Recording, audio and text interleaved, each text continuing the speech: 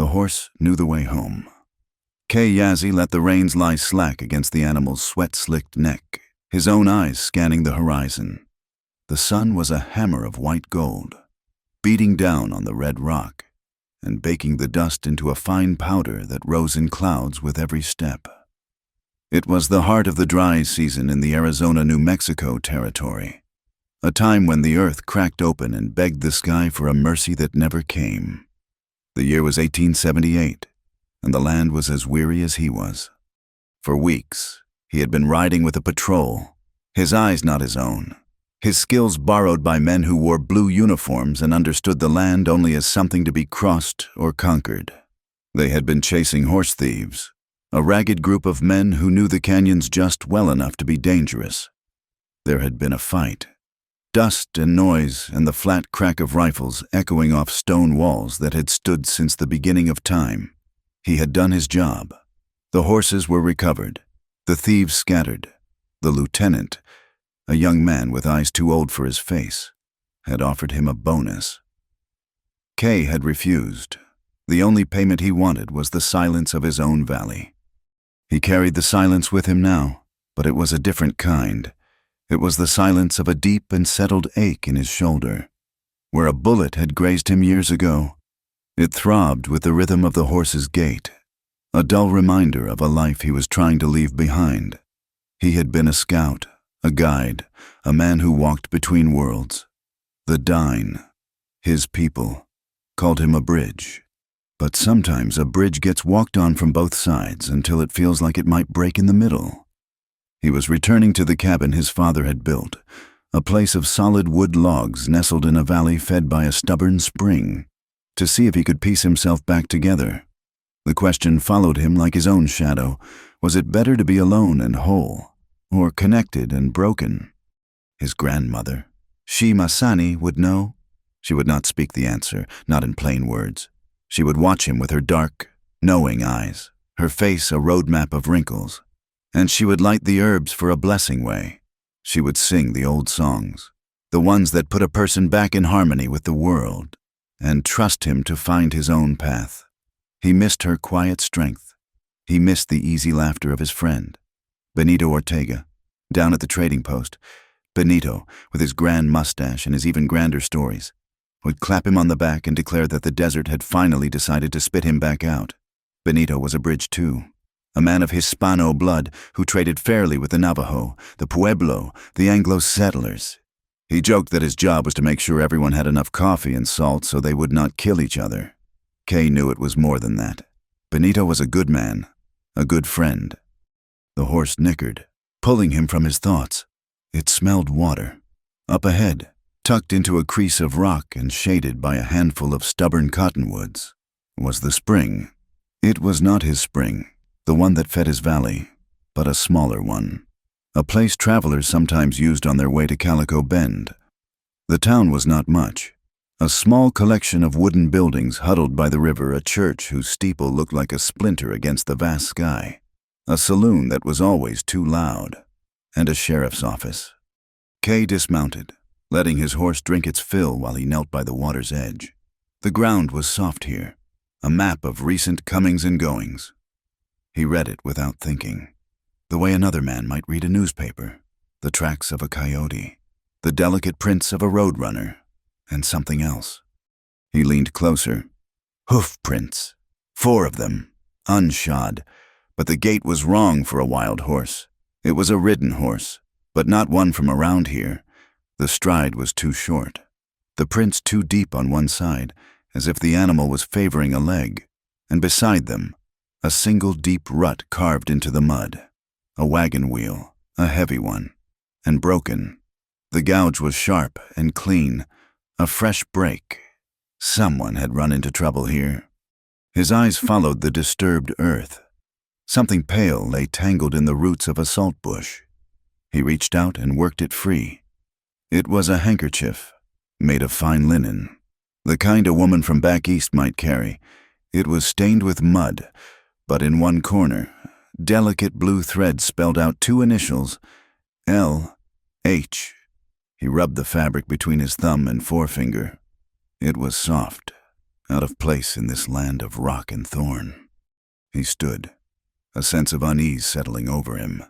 This was not his business. He had seen enough trouble. He had come home for peace, for the quiet rhythm of his own life. A broken wagon, a lost handkerchief. It could mean anything. It could mean nothing. He tucked the small square of cloth into his saddlebag. His mind made up. He would ride on. He would forget it. The rest of the journey. The land grew more familiar. He passed the tall spire of rock that looked like a sentinel, the ancient juniper tree twisted into the shape of a dancing man. These were his landmarks, the signposts of home. The sun began its slow descent, painting the clouds in shades of orange and rose. The air grew cooler, carrying the scent of sagebrush and dry earth. He thought of his cabin, of the sturdy door and the stone fireplace. He had built it to last, a fortress against the wind and the winter snows, a place to be alone. He had wanted that, had craved it during the long weeks on the trail, surrounded by the noise of other men. But as he rode into the mouth of his own valley, a different feeling crept in. The silence he had longed for now seemed vast, empty. The cabin, his fortress, suddenly felt more like a cage. The sun had slipped below the mesas when he finally saw it. The log walls were dark against the deepening twilight. No smoke rose from the chimney. No light glowed in the window. It was just as he had left it, a silent box in a silent valley. He swung down from his horse, his body stiff and sore. The animal nudged his shoulder, and he rubbed its nose, murmuring a few soft words in Navajo. Inside, the air was cool and still, thick with the smell of old wood and cold ashes. He moved with a familiar economy, opening the shutters to let in the last of the light. He laid a fire in the hearth, striking a match and watching the kindling catch. The small flame, a fragile bloom of warmth and color in the gloom. The fire grew, pushing back the shadows, making the small space feel like his own again. He unpacked his saddlebags, his movements slow and deliberate. He checked the tension on his bow, the straightness of his arrows. He cleaned his rifle, the scent of gun oil sharp in the air. These were the rituals of a man who lived alone, the routines that kept the loneliness at bay. He had everything he needed: shelter, water from the spring, food in his stores, weapons to protect himself. He had built this life carefully, wall by wall. The fire crackled, spitting sparks onto the stone hearth. He sat before it, watching the flames dance. He was home. He was safe. He was alone. The words echoed in the quiet of the cabin. Home, safe, alone. He had thought that was what he wanted. A life untouched by the chaos of the outside world. A fortress. But as the night deepened and the wind began to cry around the corners of the cabin, he felt the weight of the silence. It was the sound of a lock turning, of a door clicking shut. His fortress had become his prison, and he was both the guard and the solitary inmate. He reached into his saddlebag and pulled out the muddy handkerchief. He looked at the initials, L.H., and wondered about the trouble they represented. A world away from his quiet valley, a world he had tried so hard to leave behind. He tossed the cloth onto the small wooden table. It was not his concern. He had enough ghosts of his own to keep him company. The night deepened, and the fire burned down to a bed of glowing embers. A chill crept into the cabin, seeping through the chinks in the log walls. It was a familiar cold, the kind that settled deep in the bones. Kay rose, his joints stiff, and decided to fetch the heavier woolen blanket from his bed. The thin one he had by the fire was not enough. He crossed the small room, his moccasins silent on the wooden floorboards. The bed, a simple frame he had built himself, was tucked into the far corner, away from the drafts of the door. He reached for the edge of the thick, woven blanket, the one his grandmother had made, its patterns telling stories of the holy people. He pulled, and then he froze.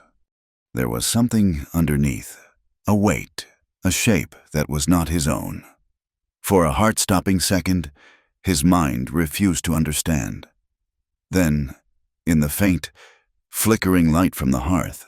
He saw a cascade of dark hair spread across his pillow. He saw the pale, graceful curve of a shoulder. He jerked his hand back as if burned. He turned away so quickly he nearly stumbled, his heart hammering against his ribs. A stranger, a woman, in his bed. A quiet, single word escaped his lips, spoken in the soft cadence of the Dain language. Atsehashki. Excuse me. His mind raced, trying to piece it together. The tracks at the spring, the handkerchief. He had ridden away, had chosen to ignore it, and somehow the trouble had followed him home. It had walked right into his valley, into his house, into his bed. He took a slow, steadying breath. The fire was too low. He needed more light. He added a few small logs to the embers, coaxing them back to life until a soft, warm glow filled the room once more. He did not look directly at the bed again. Instead, he went to a large wooden chest at the foot of it and lifted the lid. Inside were more blankets, folded and smelling faintly of cedar. He took out the thickest one, a heavy Navajo weaving of red, black, and white, holding it before him like a shield. He approached the bed. He could see her more clearly now. She was young, her face smudged with dirt and exhaustion. Her breathing was shallow, and a faint flush colored her cheeks. He carefully, gently, laid the heavy blanket over her, tucking it around her shoulders, making sure she was completely covered. As he did, his fingers brushed against her arm. She was warm, too warm. He saw a long, angry scratch on her forearm, and other smaller cuts on her hands. She had been through something terrible. He reached out, hesitating for only a moment, and laid the back of his hand against her forehead. A fever, low but definite. She must have been in the cold water for a long time. He looked around the cabin, on the floor near the hearth, where the stone was barely warm, lay a small pile of clothing, a dress and underthings, torn and soaked through. She must have shed them, seeking the warmth of his bed as a last resort before collapsing. He felt a strange mix of emotions, anger at whoever had done this to her, and a deep, protective pity. She was completely vulnerable, and fate had left her in his care. He turned from the bed and went back to the fire. He filled a small pot with water from the bucket he had brought in and set it on the hook over the flames. He took a small pouch from a shelf and measured a pinch of dried sage leaves into a cup. It was what his grandmother used for fevers, a tea to soothe the body and calm the spirit. He would not wake his guest. Sleep was the best medicine now. When the tea was ready, he left it on the table to cool, in case she woke in the night. He then took his own thin blanket, settled himself on the hard floor by the hearth, and prepared for a long and watchful night. Morning came with a thin, gray light. The woman was still asleep, her breathing deeper and more even. Kay moved about the cabin silently, feeding his horse and rekindling the fire. He was outside, splitting firewood, when he heard the familiar sound of an approaching rider. A few minutes later, Benito Ortega rode into the clearing on his sturdy mule, a wide grin splitting his face. "Kay, my friend," he boomed, his voice echoing in the quiet valley. "I have brought salt. I figured your food was starting to taste as bland as a government promise." He swung down from the mule, a small, heavy sack in his hand. Then he stopped, his eyes fixed on the cabin's entrance. Kay followed his gaze. Propped against the doorframe, where she must have left them, was a pair of small, elegant, and very muddy woman's boots. Benito's grin widened, and he waggled his eyebrows dramatically. "Ah, so that is why you have been hiding. I see the desert has decided to bloom for my lonely friend. A flower of your own." Kay did not stop the steady rhythm of the axe. He brought it down, splitting a log with a clean crack. "It is not what you think, Benito." His friend's laughter softened. He walked closer, his tone becoming more serious. "Is everything all right? Kay, I heard something in Calico Bend. A stage was expected 2 days ago. It never arrived. There is a young woman missing. A school teacher, they say." Benito lowered his voice. "Some men are saying she was taken. Silas Kincaid is stirring up trouble, blaming the Dine as usual. He wants that grazing land near the river, and this is just the excuse he needs." Kay stopped his work, leaning the axe against the woodpile. "Kincaid is a snake." "The worst kind." Benito agreed. "He has the sheriff in his pocket. Now this missing woman. People are jumpy. Be careful." He glanced again at the boots, his curiosity plain. "I will," Kay said, his voice leaving no room for more questions. "Thank you for the salt." Benito took the hint. He clapped Kay on the shoulder. "Of course, my friend. If you or your flower need anything, you know where to find me." He winked, mounted his mule, and rode away, whistling a cheerful tune that was quickly swallowed by the silence. Kay took the salt inside. His guest was beginning to stir. He watched as she pushed herself up slowly, the heavy blankets pooling around her waist. She looked around the cabin, her eyes wide with confusion, then fear. When she saw him standing by the fire, she flinched and pulled the blankets up to her chin. "Where am I?" she whispered, her voice hoarse. "You are safe," Kay said, his voice low and calm. He did not move closer, giving her space. "This is my home. I found you collapsed near the stream yesterday evening."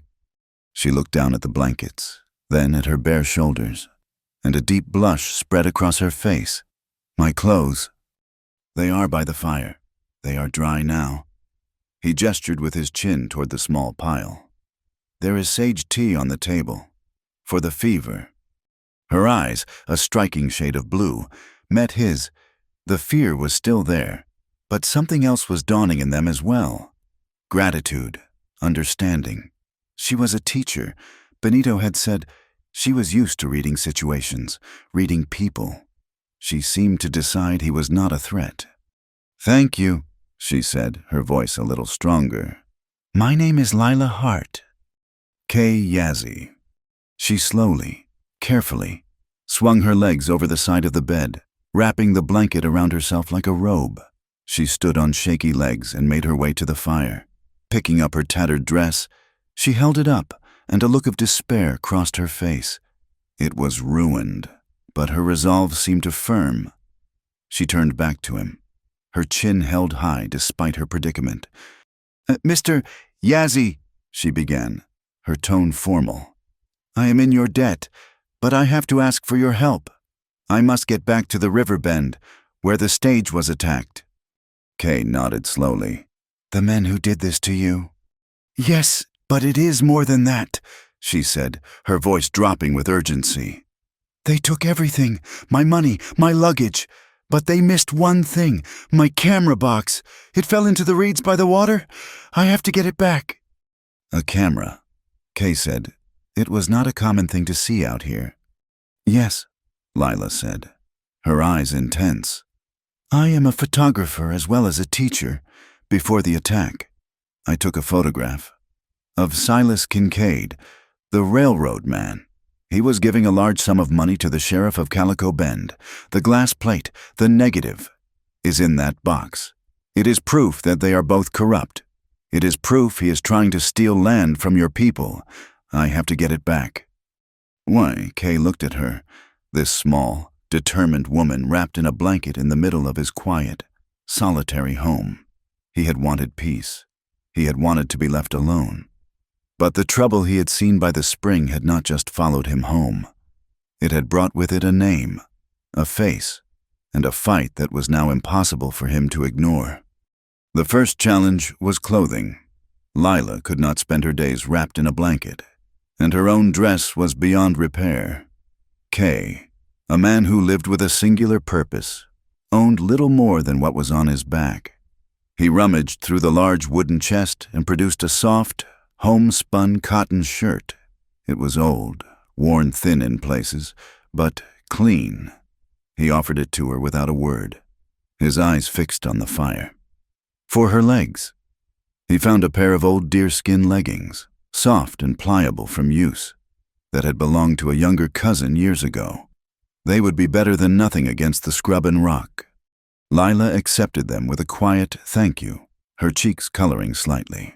She changed behind the privacy of a blanket he held up for her, and when she emerged, the clothes hung on her small frame, the shirt a tunic that reached her knees, the leggings tied at the waist with a strip of leather. She looked small and out of place. Yet there was a new resolve in her posture. She was no longer a victim waiting to be rescued.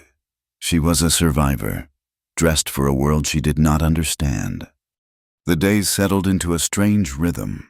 The valley was a world unto itself, a pocket of quiet life carved out of the harsh landscape. Lila insisted on earning her keep. She learned to bank the fire at night so a bed of coals would be waiting in the morning. She learned the particular way his horse, a calm buckskin gelding named Sky, liked to have its ears scratched as she fed it a measure of oats. Her hands, soft and pale, became calloused and smudged with soot. Kay, in turn, became her reluctant teacher. He showed her how to find the fat, starchy roots of the yucca plant and how to bake them in hot ashes until they were soft and sweet. He taught her to read the ground, pointing out the near-invisible track of a lizard, the deeper print of a deer headed for water. She was a quick study, her mind sharp and her questions precise. One afternoon, as they filled water gourds at the spring, she watched him stopper one with a piece of wood and wax. "In Boston," she said, a wistful smile touching her lips. "If you want water, you just turn a tap." Kay looked up from his work, a rare, low chuckle in his throat. "Out here," he said, his voice dry as dust. "The tap turns you." The small joke hung in the air between them, a moment of shared understanding that bridged the vast distance between their two lives. But beneath the surface of this quiet instruction, two silent battles were being waged. Kay had built his life on the principle of non-interference. He had seen too much, done too much in the service of other men's quarrels. He had returned to this valley to heal, to find the quiet center of his own soul. Lila Hart, with her fierce blue eyes and her unwavering courage, was a disruption of the highest order. He found himself watching her as she struggled to lift a bucket of water, admiring the stubborn set of her jaw. He listened to her soft humming as she swept the cabin floor with a handmade broom. He felt the walls of his fortress begin to crack.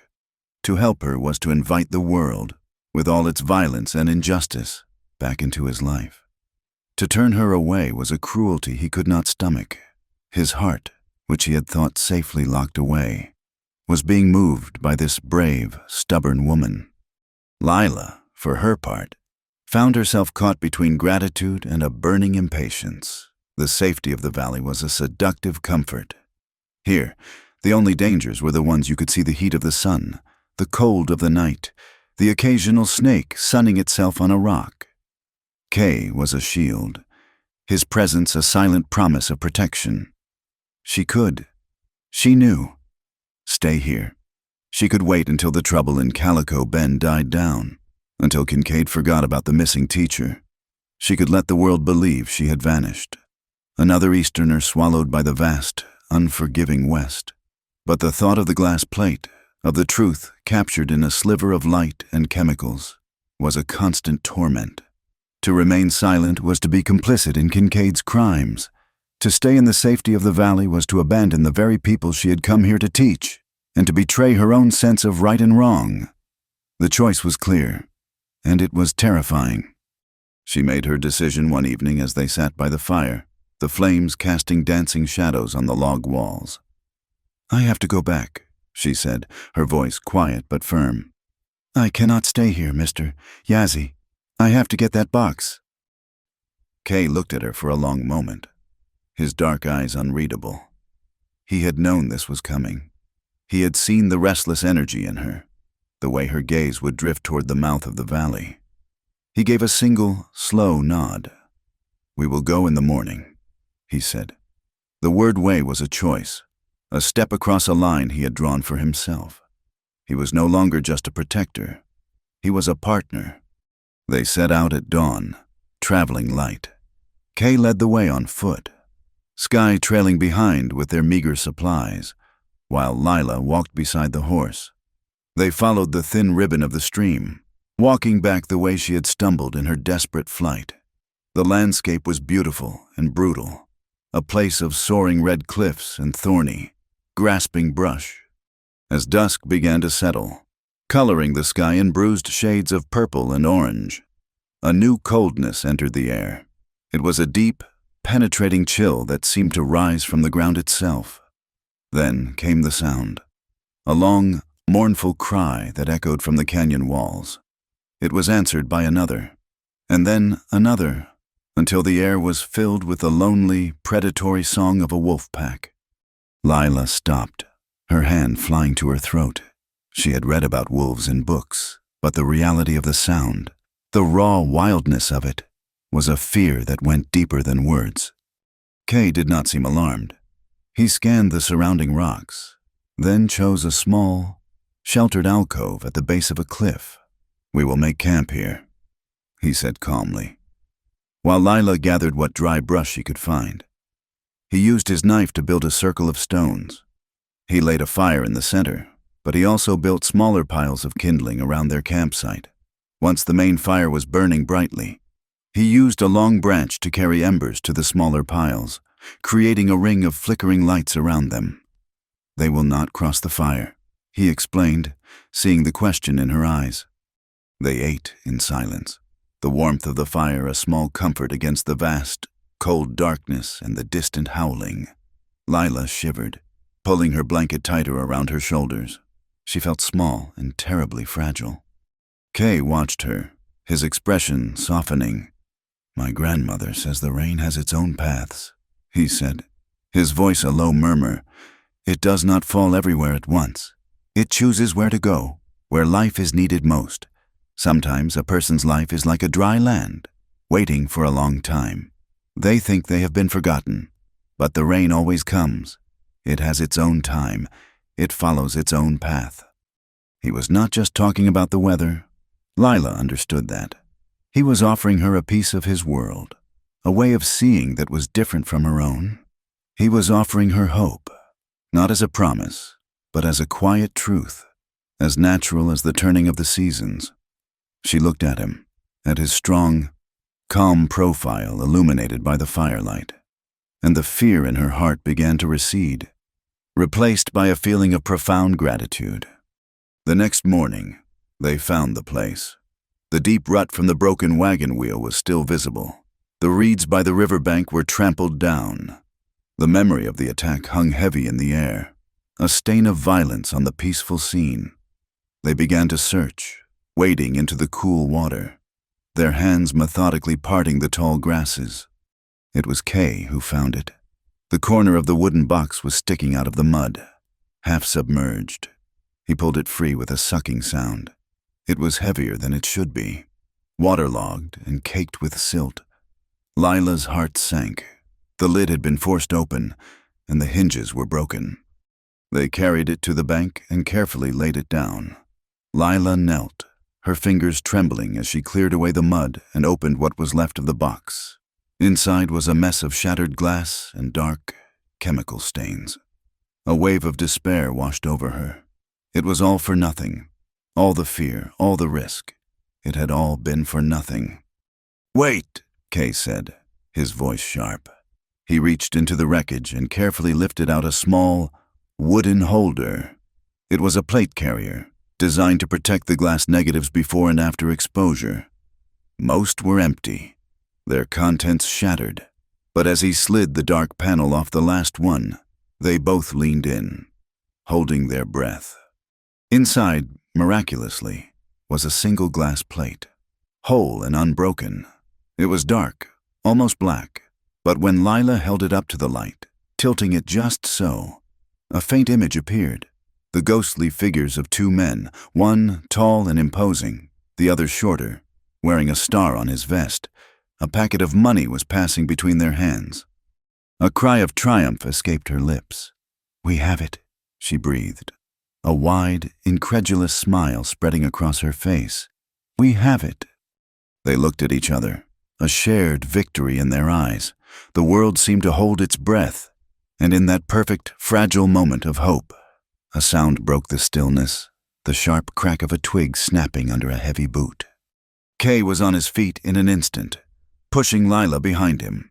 His hand went to the knife at his belt, at the top of the riverbank. Silhouetted against the bright morning sun, stood a man. He was rough-looking, with a week's worth of stubble on his jaw and a rifle held loosely in the crook of his arm. He was not looking at them. He was looking at the tracks they had left in the mud. Then he lifted his head, and a slow, ugly smile spread across his face as his eyes found theirs. He had found them. The man on the ridge did not raise his rifle to fire, not yet. He just stood there, letting them see him, a predator savoring the moment of discovery. Kay's mind worked with a cold, swift clarity that came in moments of danger. He wrapped Lila's hand around the precious glass plate, closing her fingers over it. He pushed her gently but firmly toward a narrow fissure in the rock face behind them, a space barely wide enough for a person to squeeze into. "Go," he said, his voice a low command. "Do not come out until I come back for you." She looked at him, her eyes wide with fear, but she did not argue. She slipped into the crevice, disappearing into the shadows of the rock. The man on the bank finally found his voice. "Release the hostage," he yelled, his voice echoing in the quiet of the river bend. "Kincaid wants the girl back." Hostage? The word was a lie, a poison dart meant to turn the world against him. Kay knew then that this was not a simple robbery. It was a story Kincaid was writing. A story of a savage native kidnapping a helpless white woman. A story that would justify any violence that followed. There was no time to explain. No one who would listen. He gave one last glance toward the fissure where Lila was hiding. Then he turned and ran, not away from the gunman, but downstream, along the water's edge. He made himself a clear target, his movements swift and sure, drawing the man's attention, pulling the danger away from the one thing that mattered. The man shouted again, a curse this time, and started after him. Kay used the land as his shield, weaving through the thick stands of willow and cottonwood, his moccasins making no sound on the soft earth. He was faster, more agile, but the man had a rifle. A shot rang out, the bullet whining past his ear and smacking into a tree trunk beside him. Kay did not slow down. He led the man on a desperate, winding chase, pulling him farther and farther from the place where he had left Lila. He ran until his lungs burned and the sun was high in the sky. Finally, in a narrow canyon where the rocks offered a dozen different paths, he scrambled up a steep scree slope, found cover behind a ledge, and waited. He heard the gunman crashing through the brush below, cursing his name, but the man did not follow him up the treacherous slope. After a long while, the sounds faded. Kay stayed hidden, his body still, his senses alert, until he was certain the man was gone. Only then did he begin the long, cautious journey back. Lila had followed his instructions. When he finally reached the fissure and gave a low whistle, she emerged, pale and shaken, but unharmed. The glass plate was clutched in her hand. "There will be more," he told her, his voice grim. "We need to get off this river. They would not go back to his valley. Kincaid's men would look for them there. They had to go somewhere else, somewhere unexpected. They had to go to Benito." It took them the rest of the day and half the night to reach the trading post, avoiding the main trails and traveling through rugged, difficult country. The lights of the post were a welcome beacon in the darkness. Benito Ortega was just closing up when they stumbled through the door. He took one look at their exhausted, dirt-stained faces and ushered them inside without a word, locking the heavy wooden door behind them. He listened to their story in silence, his cheerful face growing more and more grim. He poured them both cups of hot, strong coffee and set out a plate of bread and cheese. When Lila explained about the glass plate, about the proof she held, his eyes widened. "This is big trouble," he said, stroking his magnificent mustache. "Very big trouble. Kincaid has half the town in his pocket, including the sheriff. You cannot just walk in there and show this to him. He will arrest you, Kay. and take the plate from you. Miss Hart, it will disappear, and so will you." Lila looked crestfallen. "Then what can we do?" she asked, her voice barely a whisper. "There has to be someone we can trust." Benito thought for a moment. "There is a United States Marshal," he said slowly. "A man named Isaac Reed. He's a good man, an honest man. I've known him for years. He is based out of Prescott, but he rides the circuit. I do not know where he is now, but I can get a message to him. I can send a rider, someone I trust. He will find him." Lila's face lit up with hope. She spent the next hour carefully composing a letter, explaining everything she had seen, everything that had happened. Benito provided her with paper and a pen. When she was finished, she folded it and handed it to Benito, who tucked it safely inside his shirt. "You both need rest," he said. "You can stay in the back room. No one will know you are here." He looked down at Lila's torn and muddy boots, which were barely holding together. Then he disappeared into his storeroom and came back with a new pair. They were sturdy leather, well made, with a simple, practical design. He knelt and placed them in front of her. "These will not help you run any faster," he said with a small smile, "but you will look better doing it." Lila laughed, a real, genuine laugh, and the sound was a relief to all of them. They spent the next day hidden away, regaining their strength while the sun beat down on the world outside. But as the afternoon wore on, the sky began to change. The clear, hard blue faded to a sickly yellow. The wind picked up, moaning around the corners of the trading post, carrying with it a fine, stinging dust. A sandstorm was coming. By late afternoon, the world outside was a swirling chaos of red dust and screaming wind. They could not stay at the post.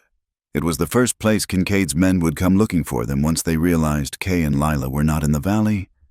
They had to leave, even into the teeth of the storm. Benito gave them fresh water and a parcel of food. "Be careful, my friends," he said, his voice full of concern. "The desert is angry today." They plunged into the storm, Kay leading the way, his face wrapped in a cloth. The wind was a physical force, pushing against them, trying to tear them apart. The dust was blinding, filling their eyes, their mouths, their lungs. They moved slowly, fighting for every step. After what felt like an eternity, Kay found what he was looking for, a shallow cave, little more than an overhang, carved into the side of a small mesa. It was not much, but it was shelter. They huddled together in the back of the cave, listening to the storm rage outside. The temperature dropped with the setting sun, and a deep cold set in. Lila began to shiver, her teeth chattering uncontrollably. She was still weak, her body still recovering from her ordeal. Kay unwrapped the heavy blanket from his pack and draped it over her shoulders. She huddled into its warmth, but she was still trembling. He moved closer, sitting beside her, letting his own body block the wind. She leaned against him, her shivering subsiding slightly. In the dim, dusty light, he could see the exhaustion etched on her face. She looked up at him, her blue eyes dark with a mixture of fear and gratitude.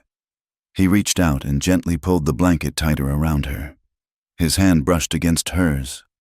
For a moment, neither of them moved. The touch was a small thing, a brief contact of skin against skin. But in the dark, silent cave, it felt like a bolt of lightning. A current passed between them, an unspoken acknowledgement of everything they had been through, of the trust they had built, of the connection that was growing in the space between their two very different worlds. He held her gaze, a long, steady look that said more than words ever could. It was a look of respect, of care, of a deep and quiet understanding. He slowly, deliberately, pulled his hand away. The moment passed, but it left an indelible mark on the silence between them. The storm blew itself out by morning. The world was scoured clean, the air fresh and cool, The dust had settled, leaving a fine red film on everything. As the sun rose, Lila made her choice. "I cannot wait for the marshal," she said, her voice clear and strong. "It could take days, weeks. By then, Kincaid could do anything. He could destroy the evidence. He could drive your people off their land." She looked at him, her resolve hardening. "I am going into Calico Bend. I will find a federal office, a telegraph, someone who represents the law, the real law. I will give this to them myself." Kay knew she was right, but he also knew the danger. "If you show your face in that town, Kincaid will have you. They will not ask questions." "I know," she said, "but it is my choice. It is my evidence. I started this, and I have to see it through." He looked at her. At this woman from Boston who had survived a robbery, a fever, a chase through the wilderness, and a sandstorm. She had lost everything, but she had not lost her courage.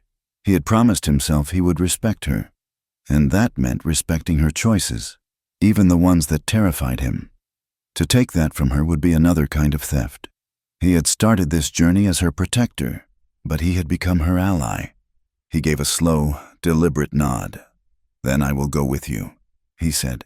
He would stand beside her. He would be her bridge. Calico Bend was a town gasping for breath. Dust coated everything, a fine red powder that muted the colors of the painted signs and settled in the lines on every face. As Kay and Lila walked down the main street, they drew stairs, a Navajo man and a white woman in makeshift clothes, walking with a purpose that seemed out of place in the town's weary afternoon slumber.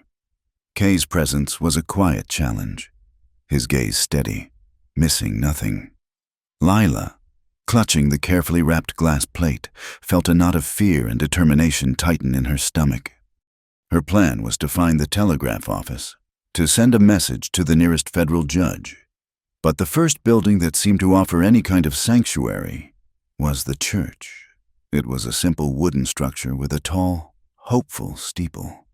Perhaps the minister would be a man of conscience, someone who would stand for what was right against the town's corruption. They stepped inside, out of the glare of the sun. The air was cool and smelled of old wood and beeswax. A man was standing at the pulpit, arranging a Bible. He was of middle age, with a kind, slightly worried face and spectacles perched on his nose. He looked up as they entered. "Miss Hart," he said, his voice a mixture of shock and relief. We feared the worst." Lila stared at him, her mind struggling to place the familiar, gentle voice, "Uncle Abram." She breathed, the words catching in her throat. It was her mother's younger brother, Abram Hart, a man she had not seen in 5 years. He came down from the pulpit, his arms open. "Lila, my dear girl, thank heavens you are safe." He embraced her, then held her at arm's length, his eyes taking in her disheveled appearance. He glanced at Kay, who stood silently by the door, and a flicker of apprehension crossed his face. "I need your help, Uncle," Lila said, her voice trembling with relief. She felt a wave of hope so powerful it almost brought her to her knees. She had found family. She had found an ally. She quickly explained everything: the attack on the stage, the robbery, finding Kay's cabin, and the photograph. She unwrapped the glass plate and held it out to him. "This is proof," she said, "proof that Silas Kincaid is buying the law in this town." Reverend Hart took the glass plate and held it up to the light from a stained glass window. He squinted at the faint image, his expression growing more troubled with every second. He set it down carefully on a nearby pew. "Lila," he said, his voice low and serious, "this is a very delicate situation." "What do you mean, delicate?" Lila asked, a cold unease beginning to replace her hope. "It is a crime. This town, it is on a knife's edge," he continued, avoiding her eyes. "The railroad is our future. Mr. Kincaid, for all his rough edges, is the man making it happen. He is a benefactor. He has donated generously to this very church. To make an accusation like this, it would cause chaos. It would turn neighbor against neighbor." Lila could not believe what she was hearing. But it is the truth. Sometimes, for the greater good, for the peace of the community, a private grievance must be set aside, he finished, his voice barely a whisper. He looked at Kay, and his meaning was clear. He was not just talking about Kincaid. He was talking about the fragile peace between the settlers and the native people. He was asking her to sacrifice the truth for a quiet lie. The door of the church creaked open, and two men stepped inside. One was the sheriff, a beefy man with a stained vest and a self-important swagger. The other was Silas Kincaid himself, tall and dressed in a fine suit that seemed out of place in the dusty town. A slow, triumphant smile spread across Kincaid's face when he saw them. "Well, well, Sheriff," Kincaid said, his voice smooth as oiled leather. "It seems our lost schoolteacher has been found." The sheriff puffed out his chest. "Miss Hart, we are glad to see you are safe." He walked toward the pew and picked up the glass plate. "And what is this? We will just take this in as evidence." He did not look at the image. He simply tucked the plate into an inside pocket of his coat. "That is my property," Lila said, her voice shaking with anger. "It is evidence in an ongoing investigation," the sheriff said dismissively. His eyes settled on Kay. "And as for you, Yazzie, you are under arrest." "On what charge?" Kay asked, his voice dangerously quiet. He had not moved, but his whole body was tense, a coiled spring of controlled power. "Kidnapping," the sheriff declared, his voice booming in the quiet church. The word was a physical blow. Lila gasped. "That is a lie. He saved my life." Her uncle stepped forward, placing a placating hand on her arm. "Lila, please, do not make this more difficult." The sheriff pulled a pair of iron handcuffs from his belt and advanced on Kay. By now, a crowd had started to gather outside the church, drawn by the sight of the sheriff's horse and Kincaid's fine buggy. Whispers and murmurs rippled through the onlookers, ugly words fueled by years of suspicion and prejudice. Lila watched in horror as the sheriff locked the cuffs around Kay's wrists. This could not be happening. The world had turned upside down. The guilty were walking free, and the man who had shown her nothing but kindness and honor was being treated like a criminal. They led Kay out of the church and into the harsh sunlight of the town square. The crowd parted to let them through, their faces a mixture of curiosity and hostility. Kincaid stood on the church steps, looking on with an air of smug satisfaction. "This is wrong," Lila shouted, her voice ringing out across the square. She pulled away from her uncle and stood in the center of the dusty street, forcing the crowd to look at her. "My name is Lila Hart. I was a passenger on the stage that was robbed. I was left with nothing. I was exhausted and near death when I found this man's home. He gave me shelter. He gave me food. He saved my life. He is not a kidnapper." A man in the crowd spat on the ground. "He is a savage. You do not know what he did." "I know exactly what he did," Lila shot back, her voice clear and unwavering. "He treated me with honor and respect. The only criminals in this town are the ones who buy their justice and hide behind a badge." She stared directly at the sheriff, who flushed a deep, angry red. For a moment, her words seemed to have an effect. A few people in the crowd looked uncertain, their expressions shifting. But the poison of prejudice ran deep. The story Kincaid and the sheriff had woven was simpler, easier to believe. Lila's heart broke as she watched them lead Kay away. She had a choice to make, a terrible, stark choice. She could listen to her uncle. She could get on the next stagecoach heading east and leave this whole nightmare behind her. She could go back to the safety of Boston, to a world of order and reason, or she could stay. She could stay and fight, even if she had to do it alone, even if she had no proof and no allies. She looked at Kay's straight, proud back as they marched him toward the bridge that led to the small, miserable building that served as the town jail. He did not look back, but she knew he could feel her eyes on him. In that moment, her choice was made. She would not run. She would not be silent. She would fight. Unseen by Kincaid or the sheriff, another man had been watching the scene unfold from the doorway of the general store. Benito Ortega had ridden into town as soon as his rider had departed, a terrible premonition settling in his gut. He had seen Lila and Kay enter the church. He had seen Kincaid and the sheriff follow, and his heart had sunk. But Benito was not a man to be paralyzed by despair. He was a man of action. While the drama in the church had played out, he had slipped back to his trading post. He was not a photographer, but he had traded for chemicals and supplies with a traveling artist years ago. He had watched and learned. He knew the basics. In a darkened storeroom, working with frantic, desperate speed, he had made a single, crude contact print from the second glass plate negative they had recovered, the one showing the two men more clearly. It was a faint, imperfect copy, a ghost of the original, but the figures were recognizable. The star on the sheriff's chest was visible. The packet of money was unmistakable. He had wrapped the wet print in oilcloth and given it to his most trusted employee, a young man who could ride like the wind. Ride, he had told him, his voice urgent. Do not stop. Find Marshal Isaac Reed. Give this to him. Tell him a good man's life depends on it. Now, as he watched them lead his friend across the old wooden bridge, his heart was a cold, heavy stone in his chest. He had done all he could. He had sent the truth out into the wilderness on the back of a fast horse. Now, all he could do was watch and wait and pray that it would arrive in time. The bridge groaned under the weight of the men, a tired, weary sound.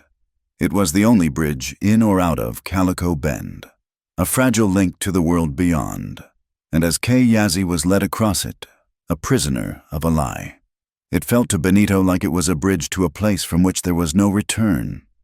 The sky had been a bleached, empty blue all day, but as they led Kay onto the bridge, a strange, bruised purple color began to gather on the western horizon. A sudden cool wind snaked down the main street, lifting the dust in ghostly swirls. It was the kind of abrupt change that made old-timers look up and mutter. The air grew thick, heavy with the smell of distant rain on dry earth. They were halfway across the bridge, the old wood groaning under their weight. Kay walked with a steady, measured pace, his cuffed hands held in front of him. He was flanked by the sheriff and a young, nervous deputy. Behind them, in the town square, the crowd watched, a silent, uncertain audience. Lila stood frozen among them, her heart a cold, hard knot in her chest. Then the first drop of rain hit, a fat, heavy splat in the dust. Another followed, and another. Within a minute, the sky opened up. It was not a gentle rain, but a violent, torrential downpour, as if the heavens themselves were trying to wash away the town's sins. The dust turned to mud. The world dissolved into a gray, roaring sheet of water. Beneath them, the riverbed, which had been a collection of dry stones and stagnant pools a moment before, began to change. A low rumble, like distant thunder, grew louder and louder. Kay stopped, his head cocked. He knew that sound. It was the sound of a flash flood, of a wall of water and debris collecting in the high canyons and hurtling downstream. "The bridge!" he shouted over the roar of the rain, his voice a sharp, urgent command. "Get off the bridge, now!" The sheriff looked at him, his face a mask of confusion. "Shut up, Yazzie. Keep moving." But the young deputy's eyes were wide with fear. He could feel a deep vibration through the soles of his boots. An old, heavy timber near the center of the bridge gave a loud crack, the sound like a rifle shot. The deputy stumbled, his foot plunging through a rotten plank. He cried out, flailing for balance on the slick, treacherous wood. In that instant of chaos, as the deputy fell against him, the chain of the handcuffs was jerked taut against a splintered railing post. There was a sharp snap of stressed metal, and the link connecting the two cuffs broke. Kay's hands were free.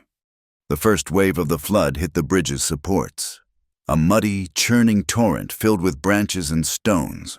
The entire structure shuddered violently. The deputy lost his footing completely, sliding toward the collapsed section. his hands scrabbling for a hold. Without a second of hesitation, Kay lunged.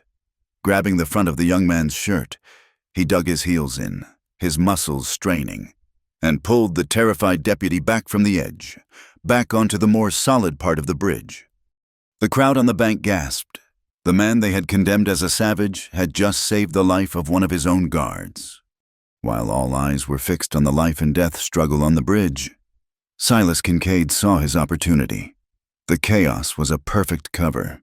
He slipped away from the church steps, his movements quick and furtive. He headed for the small, clapboard building next to the sheriff's office, the town records office.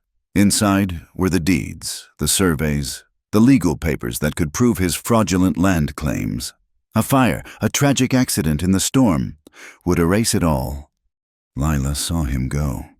She saw the direction he was headed, and she understood his intent with a terrifying clarity. She looked around frantically. Her gaze fell upon a horse tied to a hitching post in front of the general store. It was a pale buckskin, almost white in the gray. Rainy light. It was Kay's horse. Sky. She did not think. She acted. She ran to the horse, her new boots slipping in the mud. Her hands, clumsy with cold and urgency, worked at the knot in the reins. She pulled herself onto the saddle, a motion she had never attempted with such speed. She had a small oilcloth packet tucked into the waistband of the deerskin leggings. A package Benito had pressed into her hand before she had left the trading post, the backup photograph. She urged the horse forward, into the driving rain, a lone figure of defiance against the storm. She reached the records office just as Kincaid was forcing the door open. He had a lantern in his hand, its flame flickering wildly in the wind. He turned, a snarl on his face, as she slid from the horse's back. "Get out of my way, you foolish girl," he spat, his voice nearly lost in the wind. "No," Lila said, her own voice small but clear. She stood in his path, the rain plastering the thin cotton shirt to her body, her face a pale oval in the gloom. She held up the oilcloth packet. "You will not destroy this, and you will not destroy the truth." He laughed, a harsh, ugly sound. "And what are you going to do to stop me?" Just as he took a step toward her, another sound cut through the roar of the storm, the thud of heavy hoofbeats. A rider appeared out of the curtain of rain. A tall man on a big, dark horse. He was broad-shouldered and wore a long coat, and there was an unmistakable air of authority about him. He reined his horse to a halt, his eyes taking in the scene in an instant, the collapsing bridge in the distance. Kincaid menacing Lila by the records office door. "Silas Kincaid," the man's voice boomed. "Clear and steady as a rock. You are under arrest by authority of the United States government." It was Marshal Isaac Reed, the local sheriff, having scrambled back to the safety of the bank with his shaken deputy and his prisoner, stared in disbelief. He fumbled for his pistol, his loyalty to Kincaid's money warring with the sudden, overwhelming presence of a higher law. But before he could make his decision, several townsmen moved in around him. One of them, a blacksmith with the arms as thick as tree limbs, gently but firmly took the gun from the sheriff's hand. The lawman's authority, built on fear and bribes, had dissolved in the rain. In the midst of the chaos, Kay was momentarily forgotten. The bridge was impassable. The law was distracted. The wild country, the canyons and mesas he knew so well, were just a short run away. He could disappear. He could be free. He could go back to the solitude he had once craved. He looked across the churning, brown water. Lila was standing beside the marshal now, the oilcloth packet in her hand. She was safe. She had won. Her eyes found his across the divide. She was not smiling. She was watching him, waiting. The question was there, unspoken, hanging in the rain-soaked air between them. "Will you go?" He could have run. He could have saved himself from the slow, uncertain, and probably unjust process of the white man's law.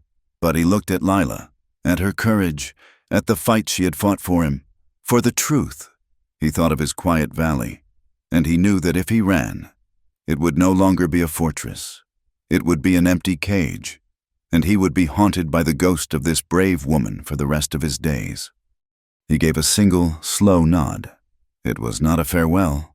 It was a promise. I am staying. As if in response, the rain began to slacken. The violent downpour softened to a steady drizzle, and then stopped.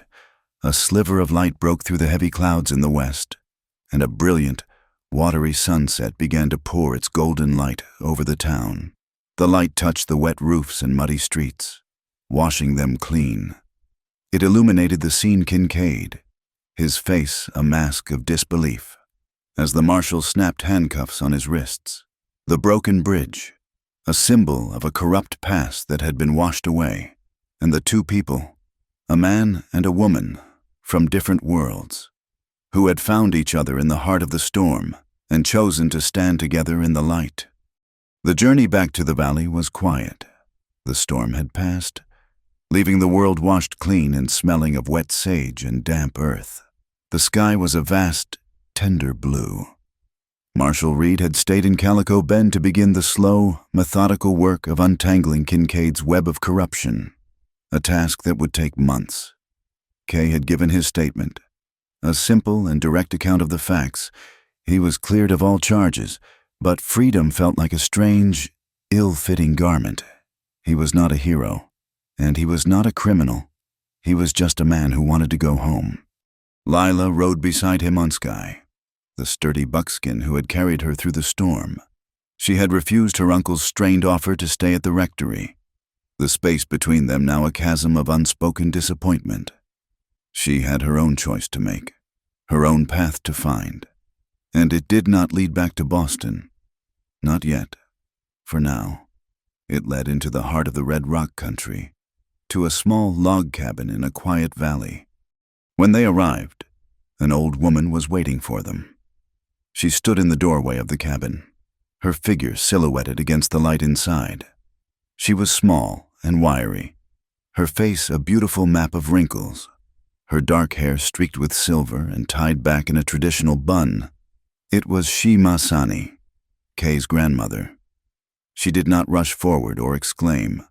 She simply watched them approach, her eyes, dark and intelligent, taking in everything, the weariness in her grandson's posture, the quiet strength in the young woman beside him, the new and unspoken bond that connected them. Kay dismounted and went to her, speaking a few soft words in Navajo. She placed a hand on his arm, her touch light but firm, a gesture of profound welcome and understanding. Then she looked at Lila, and a small, slow smile touched her lips. She beckoned her inside. The cabin was filled with the scent of burning cedar and something else, a clean, sweet fragrance Lila did not recognize. Masani did not ask for their story. She seemed to know it already, in the way that the earth knows the story of the seasons. She moved with a quiet, deliberate grace, preparing a simple meal of corn mush and roasted rabbit. After they had eaten, she brought out a small pouch and a bowl of water. She began to sing, her voice low and melodic, a sound as ancient as the rocks outside. It was not a performance. It was a prayer, a blessing way. Kay had called it once, a ceremony to restore harmony, to walk in beauty. She mixed corn pollen with the water and, with her fingertip, touched it to Kay's forehead, his chest, his hands, and his feet. Then she turned to Lila and, with a questioning look, offered her the same. Lila nodded, her throat tight with emotion. The old woman's touch was cool and gentle. The song washed over her, a river of peace, cleansing the fear and violence of the past days, leaving behind a sense of quiet wholeness. A few days later, Benito Ortega arrived, his mule laden with supplies. He strode into the clearing with his customary cheer, though his eyes were full of a deep and genuine relief when he saw them both safe and well. "Ah," he declared, setting down a heavy sack of flour. "I came for the cornbread. I swear it was not because I was worried." He pulled Lila into a warm, fatherly hug, then clapped Kay on the shoulder, his grin wide and bright. He had brought news. Kincaid and the sheriff were in federal custody. Marshal Reed was appointing a temporary lawman until a new election could be held. The town, Benito said, was like a man waking up from a long, bad dream. But the dream left its shadows. When Kay and Lila rode to the trading post with Benito the following week, the town's reaction was a study in contrasts. Some people, the ones who had been quickest to believe the lies, now averted their eyes, shuffling past them on the boardwalk with a resentful silence. The old prejudices had not been washed away by the flood. They had only been submerged, waiting to surface again. But others were different. The young deputy whose life Kay had saved stopped them in the street, his face earnest and his words heartfelt. He thanked Kay, a simple and sincere expression of gratitude that held more weight than a bag of gold. The blacksmith nodded to them, a gesture of profound respect. Over the next few days, small gifts began to appear at the mouth of the valley. A string of freshly caught trout left on a cool stone by the stream, a bundle of fine beaver pelts, a warm, crusty loaf of bread wrapped in a clean cloth. They were quiet apologies, unspoken acknowledgments, the currency of a community beginning, however haltingly, to heal itself. Lila found she did not want to leave. The idea of returning to the East, to its rigid expectations and crowded streets, felt like a betrayal of the person she was becoming. She was supposed to be a teacher, and she had found her classroom here, in the vast, unforgiving beauty of this land. One afternoon, sitting in the sun outside the cabin, she began to write a letter, not to her family, but to the students she hoped one day to teach. "Do not believe that truth is always found in a book or a lecture hall," she wrote, the words flowing from a place of deep and certain knowledge. Sometimes it must be fought for. Sometimes it is as fragile as a piece of glass, and you must protect it with your life. And sometimes truth arrives on horseback, wet with rain, but brighter and more beautiful than the sun. That evening, a profound quiet settled over the valley. Shima Sani had returned to her own small hogan on the other side of the mesa. The fire crackled in the hearth, casting a warm, flickering light on the log walls.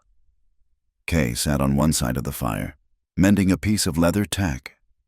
Lila sat on the other, reading a worn book she had borrowed from Benito. The silence between them was no longer the silence of strangers. It was a comfortable, companionable quiet, filled with unspoken understanding. Finally, Kay set aside his work. He looked at her, his dark eyes serious in the firelight. The time had come for the question that had been hanging between them since they had left Calico Bend. "Lila," he said, his voice calm and even. He did not call her Miss Hart. "Your uncle has sent a letter.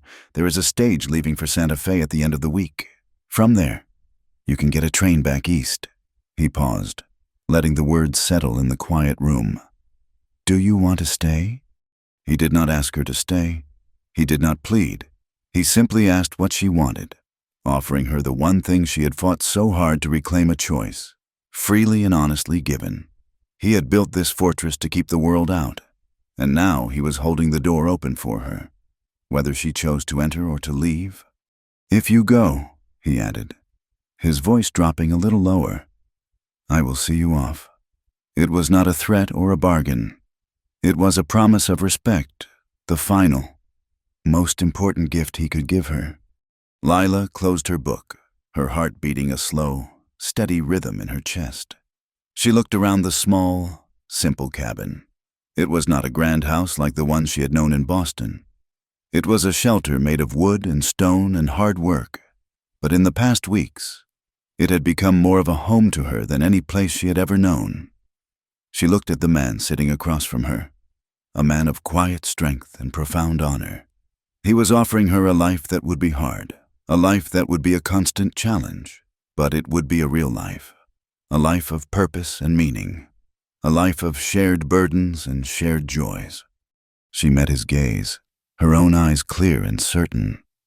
"I choose to stay," she whispered, the words no louder than the crackle of the fire. He did not smile, not at first. He just watched her, letting her choice settle into the space between them, giving it weight and honor.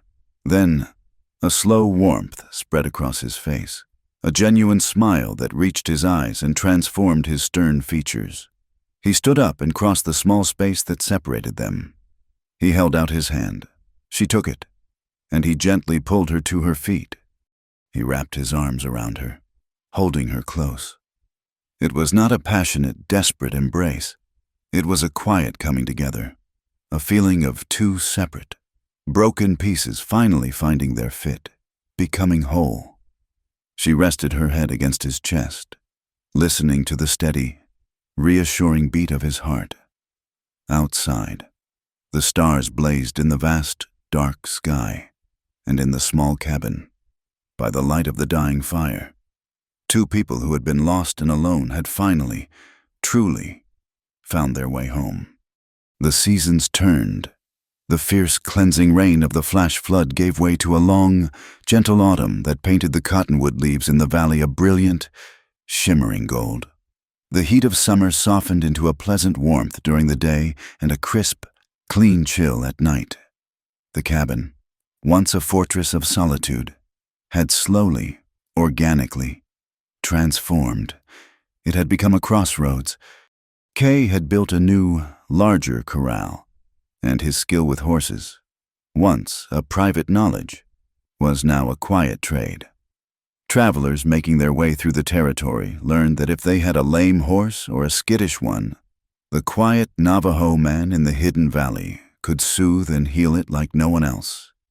He taught them things, not for money, but because it was the right thing to do. He would point to the sky and explain how the mare's tail clouds foretold high winds, or kneel and show them how the direction a flower turned could help them find their way if they were lost.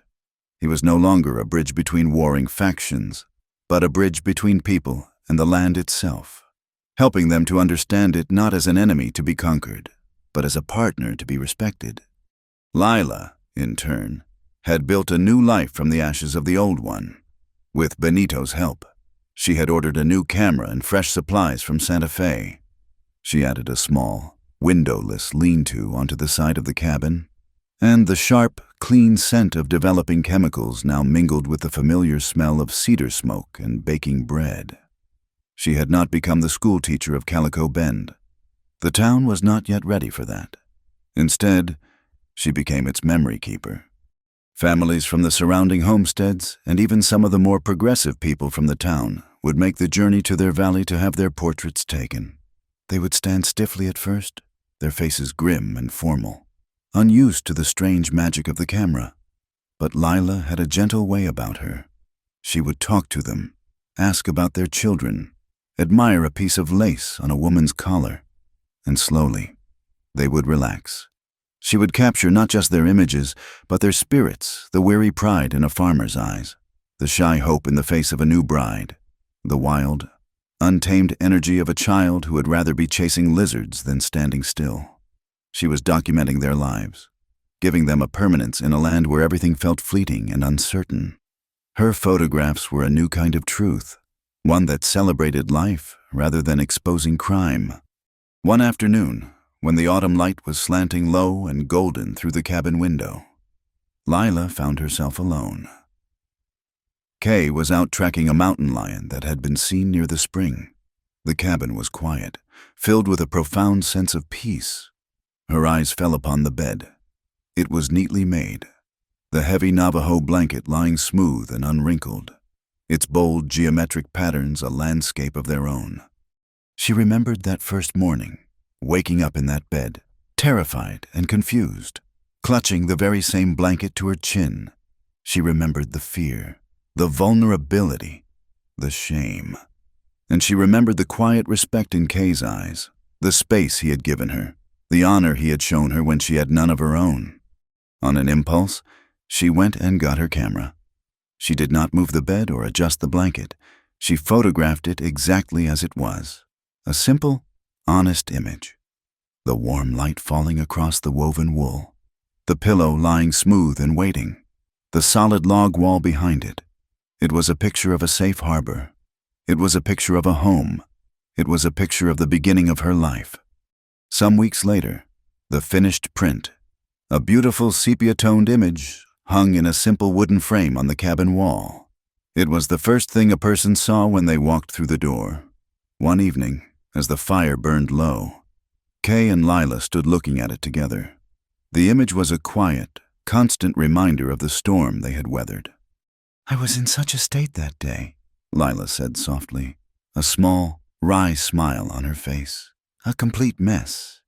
Kay did not look at the photograph. He looked at her. A slow smile spread across his own face, reaching his dark, intelligent eyes. "That was the day my house became full," he said, his voice a low, warm murmur. Their life was not easy. The railroad was still coming, a thin iron promise of progress that would change the land forever. There would be other dry seasons, other winters when the snow was deep and the food was scarce. Kincaid was gone, but the greed and prejudice he represented had not vanished from the hearts of all men. They were not living in a perfect world. They were living in the West, a place that did not offer easy promises. But they were living in it together. They had built a life not on the idea of conquering the wilderness, but of living with it, of listening to its rhythms and respecting its power. They had found their home not in a place, but in each other. Their love was like the valley itself, a quiet, sheltered space of strength and beauty in the heart of a harsh and unforgiving land. The Navajo warrior returned from battle and found a gorgeous stranger sleeping in his bed. From then on, the house was no longer empty. Thank you for listening to our story. Please comment below where you are listening from so we can all connect, and remember to subscribe to Wild West Tales, like the video, and support us further by pressing the hype button so more people can enjoy this tale.